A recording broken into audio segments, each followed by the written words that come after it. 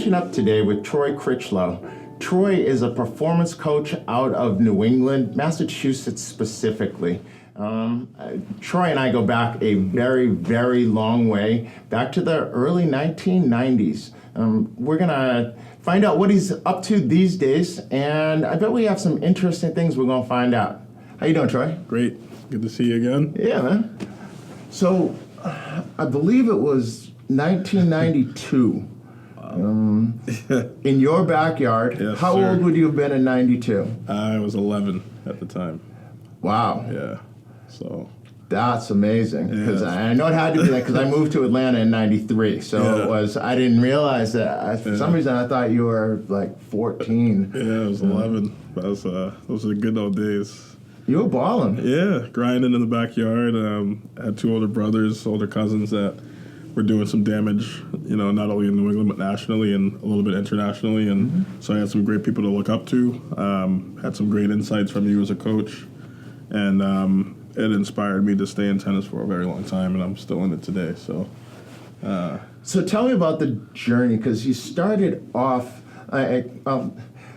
when I started coaching tennis, I went to Sportsmen's Tennis Club, and it was this fabled place that I heard Bud Collins talking about on television for fundraisers, and I had never actually been there, living out in the suburbs. I hadn't been there. And I got there, and this fabled program wasn't that fabled program at that point in time. And what I heard was a whole bunch of these really good players had left and gone to some other places. And you were one of them, so you weren't there. You were one of the legends that I had heard of. Yeah, so Sportsman's started by the great late Jim Smith.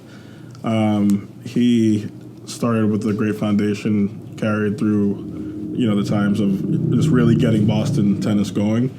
And to the point where he had kids coming from all over, from all the suburbs coming to Boston and right into the hood to develop their games. And he passed away, and with him, I think went the foundation that was set, unfortunately. And so kids had to look other places to go train, which led to a little bit of an exodus of the club. But full circle, I'm back there now. Helping out the program, and good for you. It's getting reinvigorated to the point, and we're looking to get it back to those days right now. So let's go back to those early days, because one of the things stories that I heard, and predates me, but that kids were killing each other over sneakers, and Reebok decided that they were going to do something about that by supporting Sportsmen. Yeah. And how did that support impact you? Reebok came in. They came in with the pump sneaker. They came in. And they, we had a really good base of players: Rye Tarpley, Timmy Solomon, my brothers, a lot of others, very good females, Karen O'Sullivan, all of which went on to play high-level Division I, some professional. Reebok came in. They sent my brothers and some of those players over to Russia to play some of their best. And one of those players over there was Yevgeny Kafelnikov, I remember. I wasn't there, I was too young, but my brothers went, and just seeing them being able to travel across the globe through tennis showed me that tennis could open a lot of doors for you, and it could open a lot of doors that are going to help you develop as not only a tennis player but a person. And that kept me really hungry and really wanting to get better, and made me love the sport. So I had a chance early in my career to, work with you a little bit, and, certainly spent a lot of time with Timmy Solomon, right? Yeah. I actually had legal custody of him at one point in time when he was, I guess, senior in high school. Yeah. Those players worked really hard for that trip to Russia. As the legend goes, Mr. Smith was on them and saying that they weren't going to go if they didn't work hard. And some of them even had the ability to cruise the rest of their junior tennis career based on the work that they did over that short period. And where they would, if they made an error or didn't hustle after a ball, they would look to the window to see if Mr. Smith was looking out at them. You're always looking up for Jim, or hearing someone yell, "You turkey." You didn't want to hear that comment from him. But, again, he made it tough, but you loved the journey. You loved that toughness, because you knew what it was going to get you. You knew you were going to get better. Going to the matches, I rarely felt, you feel tight, but I never really felt pressure because I always knew that I was trained the right way, and it was going to help me through any of the tightest moments. So I really, I use a lot of, what I learned back then from him and my teaching today. Of course, things change a lot bit. Kids are different, but the fundamentals of teaching, I feel like always stay the same. So that group, that core sportsmen's, is impacting people that I think people don't even know that, right? Absolutely. So the guy in this picture here came out of Sportsmen's. I mean, that's where he started teaching, and then he went to Atlanta. Earl Harmon. And Roddy, Benny Sims, a whole lot of guys came through there that have impacted USTA in the United States and U.S. tennis in a really big way. So there are some deep roots in that club, and it's part of me forever. I mean, I think you could say all the way through Coco Gauff at this point in time, because Coach Peterson's daughter, Jewel, was part of Coco's fundamental. Yeah, and Jewel used to come to Sportsmen's all the time. She had relatives up there in Boston, and I met Jewel when we were probably 8, 9, 10 years old, and she would come up in the summers and hit us and train sometimes with us. So the river runs deep, as they say, Yeah, I remember the first time they were at Sportsman's when I was there, and I opened the door, and I heard this sound of a ball, and where's that coming from? And then, there's this little tiny girl hitting the ball, and this big guy saying, rotate, ready, hit! On the ice skating courts. The courts were so fast. We felt like any tournament we went to, we felt like we were playing on clay almost, because it was like a little skating rink almost in there with how fast the courts were there. So what are you doing now? So now doing a lot of coaching, most primarily performance players. I also coach high school tennis teams. I'm part of a bunch of volunteer groups, and I'm on a lot of boards. USTA, I'm the chair for the National Selection Committee in New England. So that committee is charged with ensuring that our top players are reaching nationals. So we do a lot with tournament procedures and, like our national point tournament procedures. Also on the New England Tennis Association board, which is a subdivision of the ATA, which is a big part of my growth. When I grew up playing tennis, I went to ATA Nationals almost every year, followed by USTA Nationals, and my fondest memories of junior tennis were probably with the ATA, so I'm happy to be doing that. I'm on the Diversity and Inclusion Board for USTA in New England as well, so trying to make sure that, this sport reaches all aspects of life. Like I said, it's done a lot for me, and for me it's really important to give kids opportunities through tennis that aren't usually granted those opportunities. And then I'm doing a lot of travel and coaching, and then I've got a little baby coming in July as well. So congratulations staying busy and life's gonna change. Just so you know, staying excited. That's a life-changing kind of moment. I'm excited. Timmy was living with me when my oldest was born. We have some pictures someplace of him holding her when she's that big. Little nugget. And life certainly changed. So, it's changing, and we're, starting to look at houses, and me and my wife, and it's exciting. So we're looking forward to that.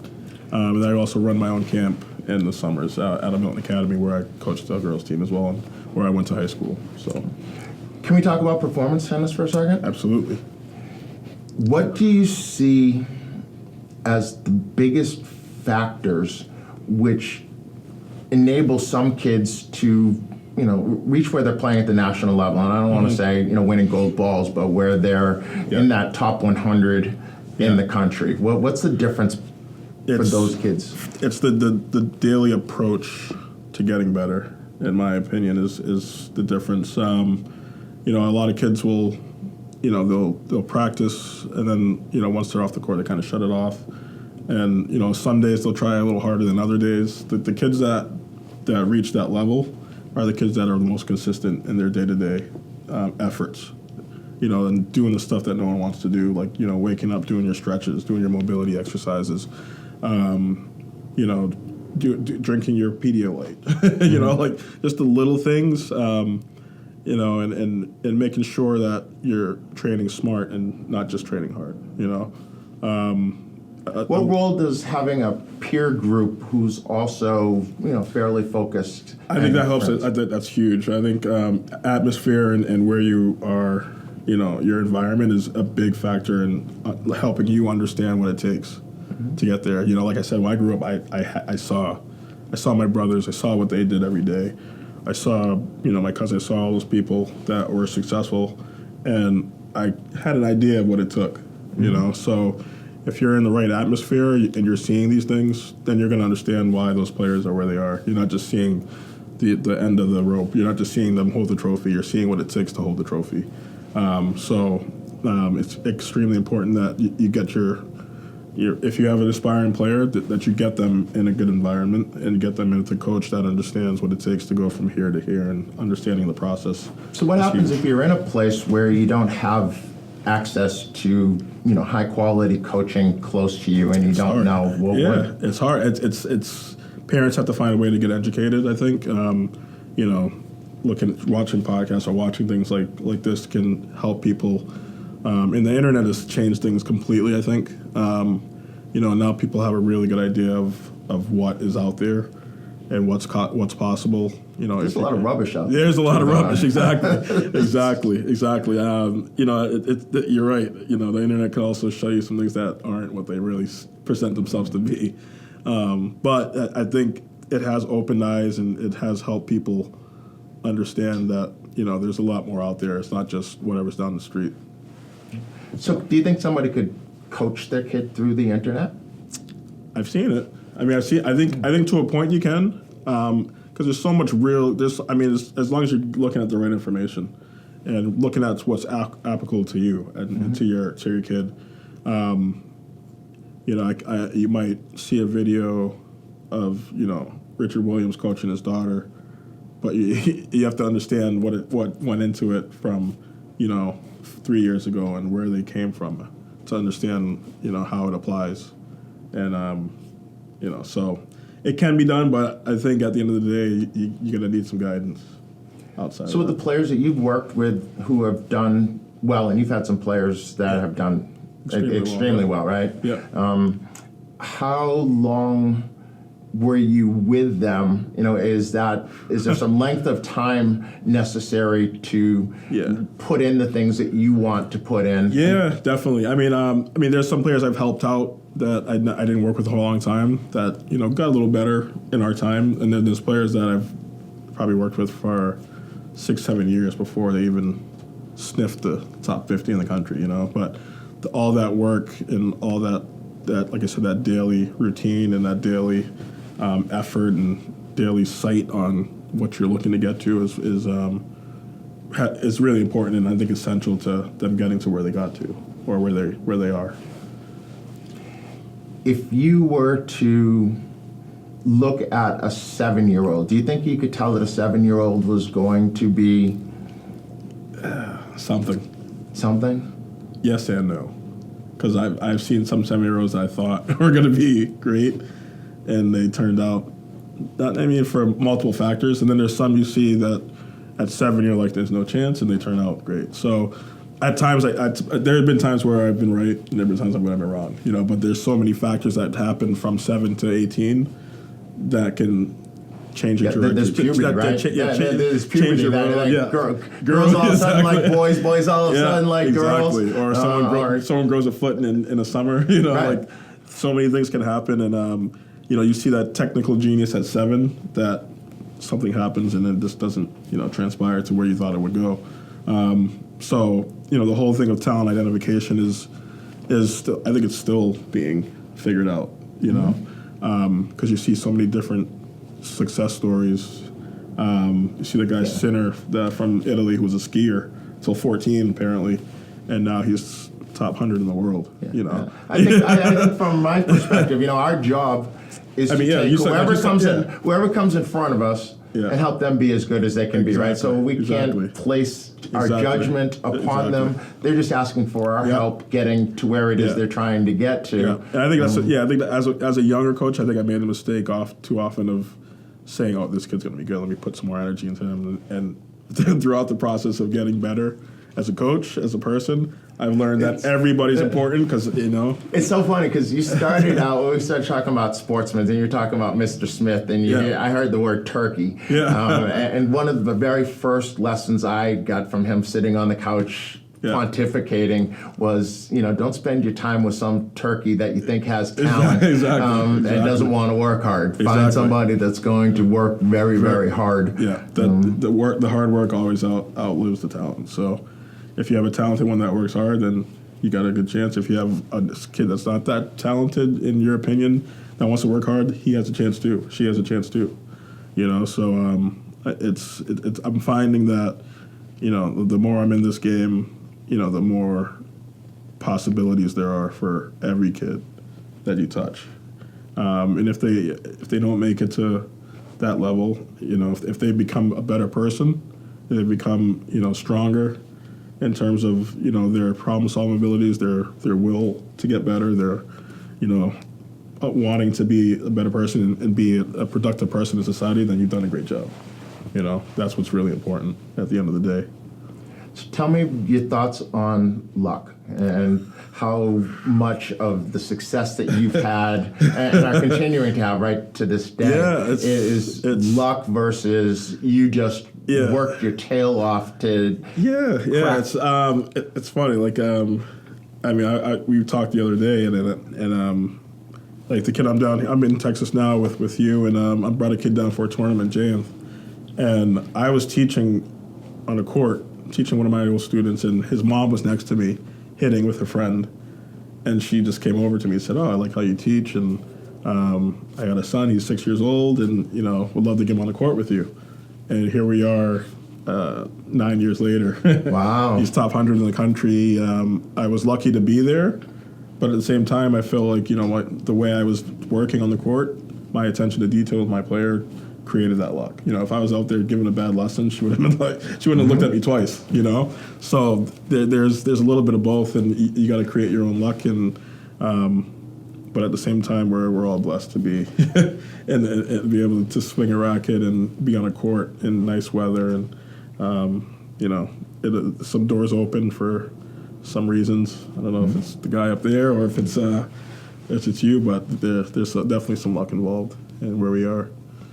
So you get a new baby coming, and you've been someone, because you've been training players that are pretty successful, so they plenty of practice, and travel, and need a lot of time and attention. How do you think things are going to change? It's going to be fun. I mean, it's funny. Like, I talk to my players that I've worked with in the past.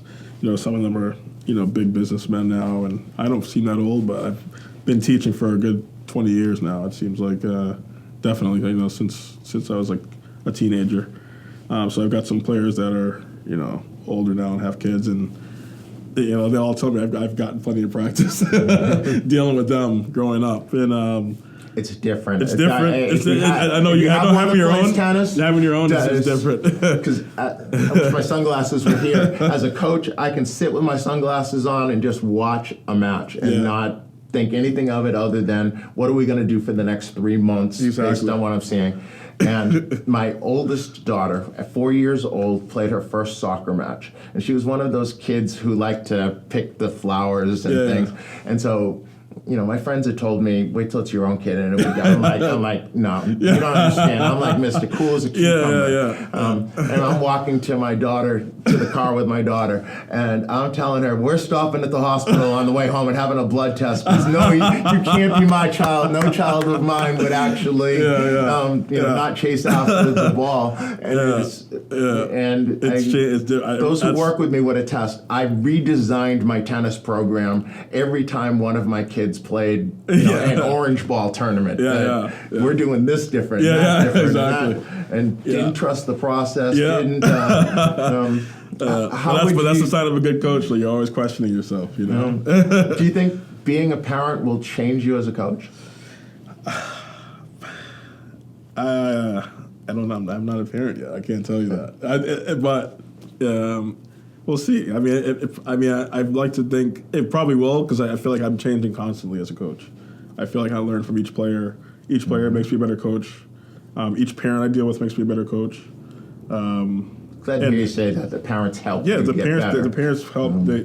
That's a big thing that people have to understand is that the parents are a huge asset to the development of the kid in terms of their tennis, and they can't be looked at and vilified like they usually are. Without parents, there are no kids. Yeah, right? exactly. They're the one who make the biggest sacrifice. So we as coaches have to embrace that and understand that at the end of the day, we all want the best for the kids. So, but I'm sure being a parent will change me a little bit, and my coaching hopefully helps you get better at that too. So, just having a deeper understanding of the feelings of the parents.